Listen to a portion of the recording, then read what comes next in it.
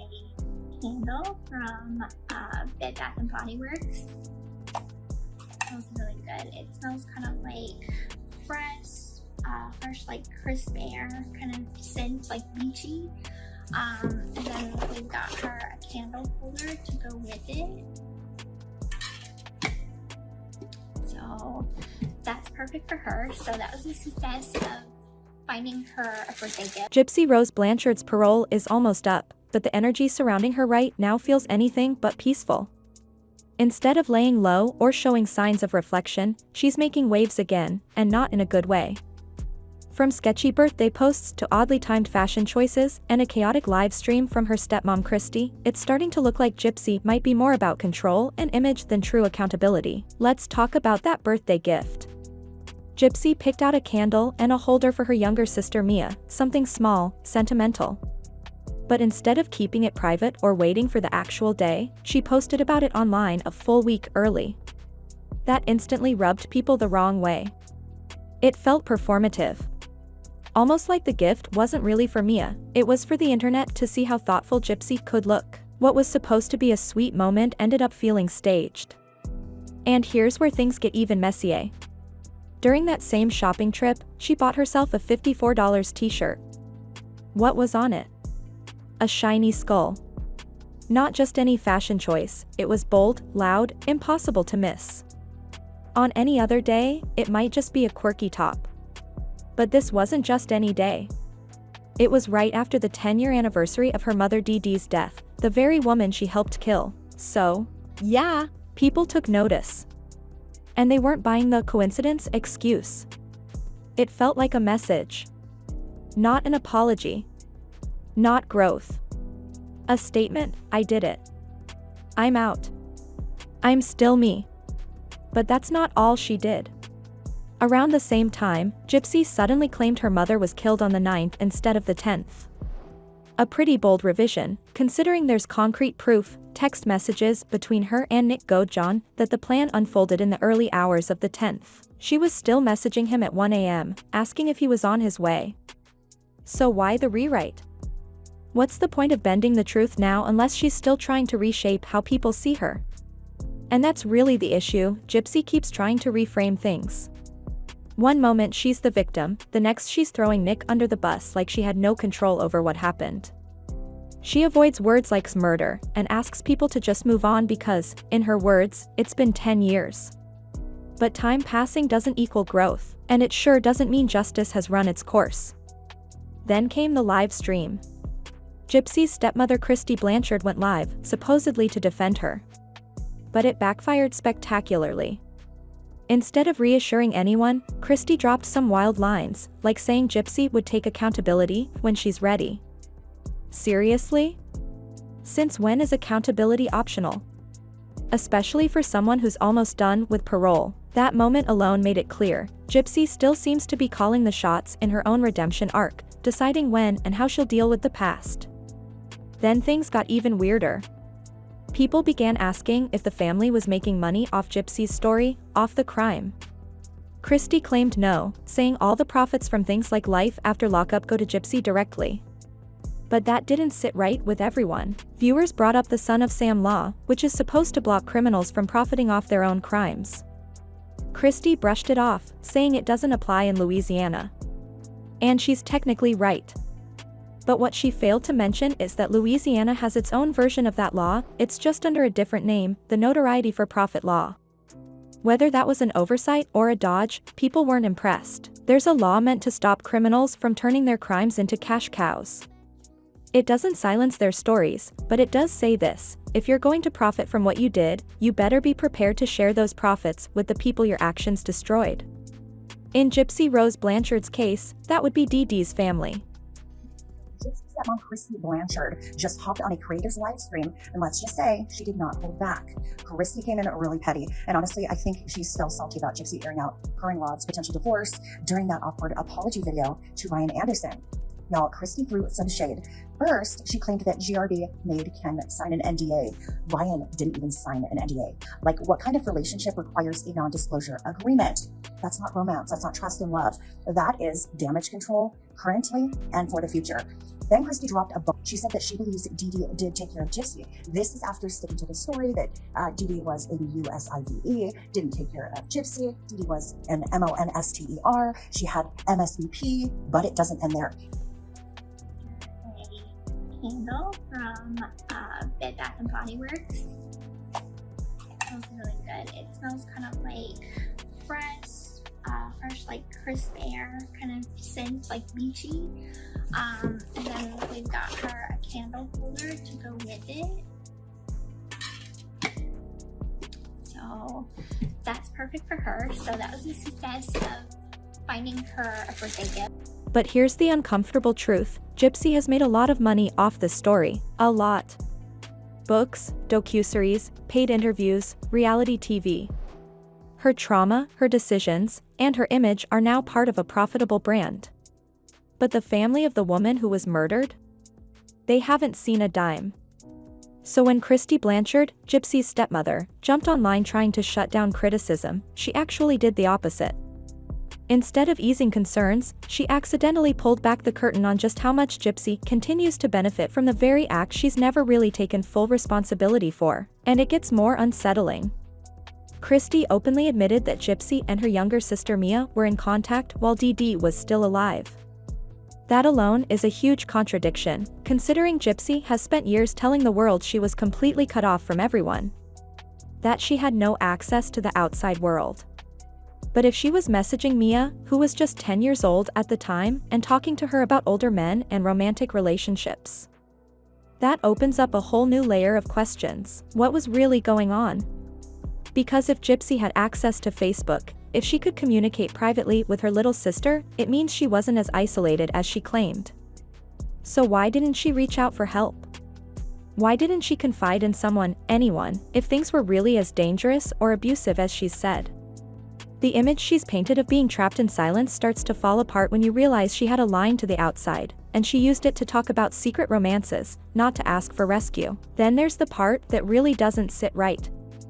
KRISTY made a startling comment. She said she knew Gypsy could walk. She knew the wheelchair was a lie. And yet, in the same breath, she claimed she didn't realize what Gypsy's life was really like. But those two things don't go together. You can't acknowledge the biggest piece of deception, the fake illness, and still claim you had no idea something was off. That doesn't make sense. If she saw through the lie about the wheelchair, then why didn't she question everything else? The contradictions don't just make Gypsy's story look shakier, they raise serious questions about the people around her, too. Was everyone just turning a blind eye? Or are they all trying to rewrite the past now that the cameras are watching? And then came KRISTY's most revealing comment of all. She said that when Dee was found dead, her first thought wasn't fear, or sorrow, or even confusion. It was admiration. She said, Dee did such a good job with Gypsy. That's not just strange, it's chilling. If Dee was truly this evil, controlling monster as Gypsy's supporters have claimed, why would her closest maternal figure now say she was impressed by her parenting? Why would her gut reaction be praise? That statement doesn't just poke holes in the narrative, it flips it. This isn't just about a mother who supposedly hurt her child. It's about a daughter who has told the world a version of events that doesn't seem to line up with the people who were actually there. And KRISTY didn't say that in passing. She said it clearly, calmly, with no hesitation. Which makes it all the more revealing. That kind of comment doesn't come out of nowhere, it comes from belief. From years of watching something very different from what Gypsy has claimed. So maybe Dee wasn't perfect. Maybe she was overbearing, even paranoid. But maybe she wasn't a monster. Maybe she was a scared single mom, trying to protect her daughter in the only way she knew how, messy, misguided, but rooted in love.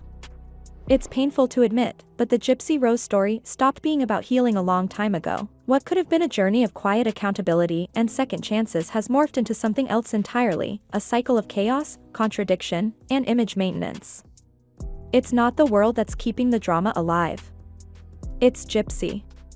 Every time things start to quiet down, she finds a way to stir the pot all over again. After KRISTY Blanchard's now viral livestream unintentionally reopened public wounds, Gypsy rushed to post that she was stepping back. She claimed she was done with the drama and needed time away from the noise. Gypsy stepmom KRISTY Blanchard just hopped on a creator's live stream, and let's just say she did not hold back. KRISTY came in really petty, and honestly, I think she's still salty about Gypsy airing out her in-law's potential divorce during that awkward apology video to Ryan Anderson. Y'all, KRISTY threw some shade. First, she claimed that GRB made Ken sign an NDA. Ryan didn't even sign an NDA. Like, what kind of relationship requires a non-disclosure agreement? That's not romance. That's not trust and love. That is damage control currently and for the future. Then KRISTY dropped a bomb. She said that she believes Didi did take care of Gypsy. This is after sticking to the story that Didi was ABUSIVE, didn't take care of Gypsy. Didi was an MONSTER. She had MSVP, but it doesn't end there. So KRISTY also said that GRB showed Mia an inappropriate picture of Dan Glidewell, okay, GRB's boyfriend, the catalyst for all of this, I think. Truly. Showed Mia his Facebook. Is KRISTY really upset? Is she upset? Or is this Blanchard family theatrics? Who knows with them, right? I'm leaning to KRISTY being upset because those are some pretty huge things to draw. There's a difference from KRISTY hinting that GRB may be pregnant to literally calling her out on some pretty horrendous accusations and facts. What struck me really is who cares about the NDA, right? Who really cares about that? I mean, it's interesting, it's tea, but what really got me was the DD part. And also, Ken's mom has said something similar. I mean, very, very similar. But also that GRB showed these pictures to a minor. You know, that really ties back to her character and all of these characters she's played. The evidence where we have found out that GRB was involved in this father-daughter familial role play, talking about a hypothetical 13-year-old daughter that she would offer up to Nicholas Godejohn. She said she was putting her phone on Do Not Disturb. It sounded like a turning point, a moment of self-awareness. But it wasn't. Because if there's one pattern that's been consistent since her release, it's that Gypsy doesn't walk away from the spotlight. She walks straight into it. Every single time. It's not just one-off mistakes either. This isn't about someone trying to move forward and occasionally slipping up. Gypsy repeatedly, and very publicly, throws herself into situations that contradict everything she says she wants. Take the infamous salon product incident. She walked into a store, purchased professional use-only hair products, items legally restricted to licensed stylists, and then turned around and posted it like it was a cute, harmless moment for her social media feed. The average person might not realize the legal risks tied to that. But professionals could be fined or fired if caught misusing or selling those items. For Gypsy, it wasn't a big deal, it was content. Just another quirky, shareable post. No accountability. No awareness. Just a joke at other people's expense, wrapped in filters and hashtags. And then there's her relationship with Ryan Anderson. What should have been a sacred, private chapter, a chance to rebuild something meaningful outside of the media circus, was turned into a full-on social media production. Gypsy showcased the relationship online, curated it like a reality show, and made it part of her brand. Then, when things fell apart, she aired his private medical details publicly during their breakup. That wasn't just messy. That was cruel. And throughout it all, while she accused others of cyberbullying and harassment, she turned a blind eye to her own followers, tearing critics apart in the comments. Some of those attacks were vicious as name-calling, threats, targeted harassment, and they happened under Gypsy's posts, with her silence acting like a green light. That's not someone taking the high road. That's someone playing both sides. And it keeps going. After everything, after promising to keep her future child out of the spotlight, Gypsy announced a family vlog channel on YouTube. The same woman who insisted she would protect her child's privacy is now preparing to build a new public identity around being a mom. That's not just a contradiction. It's a betrayal of her own word. And it proves what so many people have already started to suspect. This was never about peace. It was always about staying relevant. So when Gypsy says she wants the drama to stop, when she insists she's ready to leave the past behind, people struggle to believe her. Because she doesn't show it. Her behavior says the opposite. She says she's tired of being tied to her past, but she keeps monetizing it. She says she wants to move forward, but her actions are always pulling everything backward. She wants people to stop defining her by what she did. She keeps repeating that it's been over a decade. That she's served her time. That she's changed.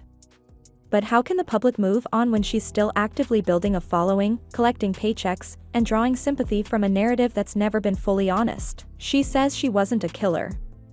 That she was manipulated. That she was desperate. But it's not that simple.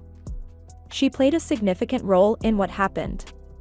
She didn't just sit by, she planned it. She messaged Nick. She gave him the weapon. She laid the groundwork and then distanced herself when it was done. And now, years later, she walks free while Nick, who has autism and clear cognitive challenges, serves a life sentence. That's not justice. That's exploitation. The public might have embraced Gypsy differently if she had come out of prison humbled. If she had said, "I made a terrible decision. I manipulated someone. I'm ashamed, and I want to make amends." If she had stayed quiet and let her actions speak for her, choosing to live small, to rebuild off camera, to earn forgiveness through humility, maybe we would be having a different conversation. But that's not what she did. Instead, she capitalized on her past. She shaped a new version of herself, one that minimizes her role, softens the edges, and recasts her as the ultimate survivor. She glosses over the pain she caused. The life she helped take. And now, she's building a brand like she's just another influencer, not someone who was at the center of a murder case. She didn't just lie in court. She's still lying, still bending the truth, still controlling the narrative. And now she's making money from it. Treating the crime like a launching pad for fame rather than a scar she should carry with quiet reflection. That's why people can't move on. Because she hasn't. She hasn't told the full truth. She hasn't taken full responsibility. She hasn't given anyone a reason to believe she understands the damage she caused. And as long as that's the case, this story won't have closure. Now, parole is almost over. Soon, there'll be no supervision. No restrictions. Just Gypsy and a growing platform that rewards performance more than it demands truth. And if KRISTY's live stream taught us anything, it's that the people around Gypsy aren't helping her grow. They're not pushing her toward honesty.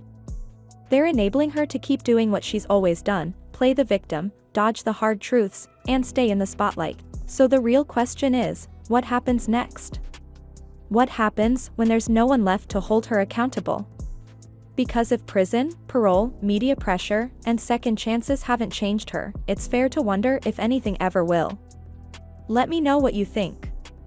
Drop your thoughts in the comments, hit like, and subscribe, because with Gypsy Rose Blanchard, there's always another chapter.